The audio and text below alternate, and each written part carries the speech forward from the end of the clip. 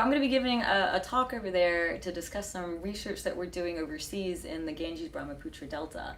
And it's very important that we understand deltas because they are, they're areas where a lot of people live.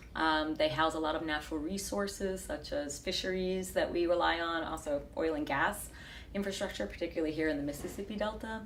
But overseas, the Ganges-Brahmaputra is probably one of the most densely populated river deltas in the world.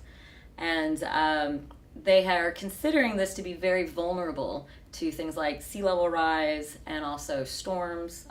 They call them cyclones over there, but they're the same things as hurricanes.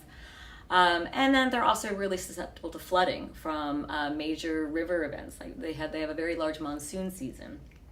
Part of my work is understanding the natural dynamics of this system, particularly where sediment is going in the system, and is there enough sediment that is building the landscape that keeps it sustainable, that keeps it keeping pace with sea level rise or keeping pace with other deltaic processes that we experience, something called subsidence, where the land surface is naturally lowering. So we are quantifying these kinds of elevation changes in the natural areas, but then we're also going into areas where people are living and they have changed the landscape. So here we call them levees. We have levied our lands to try to prevent the rivers from flooding our lands and our fields. They've done the same thing in Bangladesh.